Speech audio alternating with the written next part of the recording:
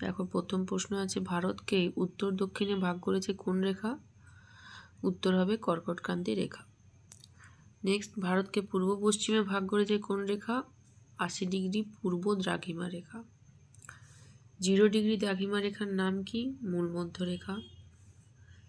0 degree অক্ষরেখার নাম কি? নিরক্ষরেখা।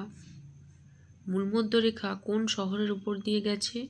লন্ডনের গ্রিনিচ মানমন্দিরের উপর দিয়ে। পৃথিবীর অক্ষ নিরক্ষীয় তলের সঙ্গে কত ডিগ্রি কোণে আছে? 90 ডিগ্রি। পৃথিবীর অক্ষ কক্ষতলের সাথে কত ডিগ্রি কোণে আছে? 66.5 ডিগ্রি। উত্তর ও দক্ষিণ মেরুর মান কত? উত্তর মেরুর মান 90 ডিগ্রি উত্তর আর দক্ষিণ মেরুর মান 90 ডিগ্রি দক্ষিণ। 23.5 ডিগ্রি উত্তর অক্ষরেখার নাম কি? কর্কটক্রান্তি রেখা। 23.5 ডিগ্রি দক্ষিণ অক্ষরেখার নাম কি? মকরক্রান্তি রেখা। তো এই হলো আজকের প্রশ্নোত্তর। নেক্সট ভিডিওতে আমি আরও নিয়ে আসবো কিছু গুরুত্বপূর্ণ প্রশ্নোত্তর। তো সকলে সাথে থেকো এবং ভালো করে পড়ো।